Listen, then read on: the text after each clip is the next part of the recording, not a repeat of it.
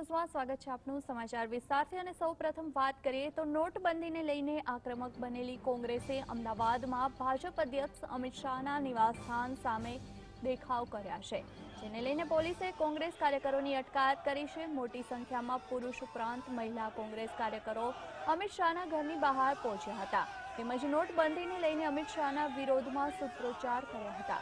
જોકે પોલીસે કોંગ્રેસ કાર્યકરોની અટકાયત કરી મામલો થાળે પાડવાનો પ્રયાસ કર્યો હતો।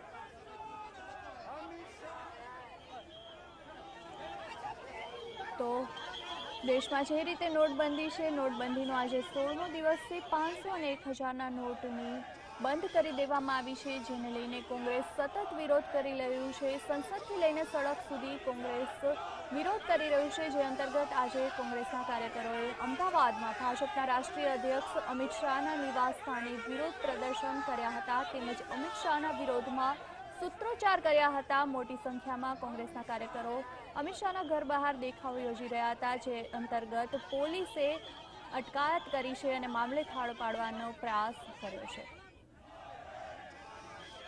અમદાવાદમાં નોટબંધીના વિરોધમાં અમિત શાહના ઘર બહાર દેખાવ કરવામાં આવ્યા હતા। કોંગ્રેસના કાર્યકર્તાઓ, મહિલા અને પુરુષ કાર્યકર્તાઓએ મોટી સંખ્યામાં અમિત શાહના ઘર બહાર દેખાવ કર્યા હતા। અમિત શાહ વિરુદ્ધ નારા પણ લગાવ્યા હતા, જે બદલ પોલીસે અટકાયત કરી છે અને સમગ્ર મામલો થાળે પાડવાનો પ્રયાસ કરી રહી છે। આપ વિઝ્યુઅલમાં પણ જોઈ શકો છો કે પુરુષો અને સાથે જ કોંગ્રેસની મહિલા કાર્યકર્તાઓ પણ જે રીતે વિરોધ કરી રહ્યા હતા તેમને અટકાવવા માટે અને પરિસ્થિતિ તંગ ના બને તે માટે પોલીસે અટકાયત કરી હતી।